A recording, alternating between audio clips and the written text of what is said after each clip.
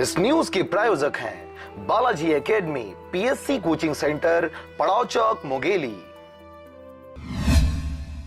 वर्तमान समय में भारतीय कानून के अनुसार दहेज लेना और देना दोनों ही अपराध है।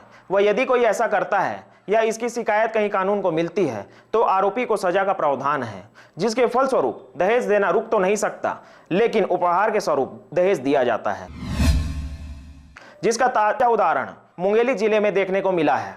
कुछ समय पहले भूमियापारा निवासी शीलू नामक युवती की शादी मुंगेली जिले के ही केशली खुर्द में रहने वाले कुलदीप नामक लड़के से हुई थी, जिसको परिजनों ने उपहार स्वरूप विभिन्न प्रकार की सामग्रियां उपहार स्वरूप दिया था।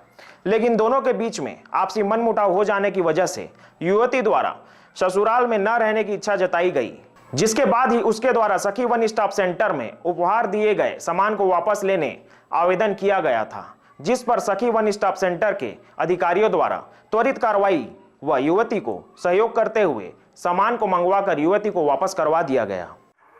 सखी मुंगेली में तो सखी वन स्टॉप सेंटर में हर तरह के महिला संबंधित शोषण के मामले चलते हैं, चाहे वो पारिवारिक हो चाहे दूसरे तरह के। ये शिल्लू मेरी नाम की महिला है जो ग्राम भूमियापारा में रहती थी।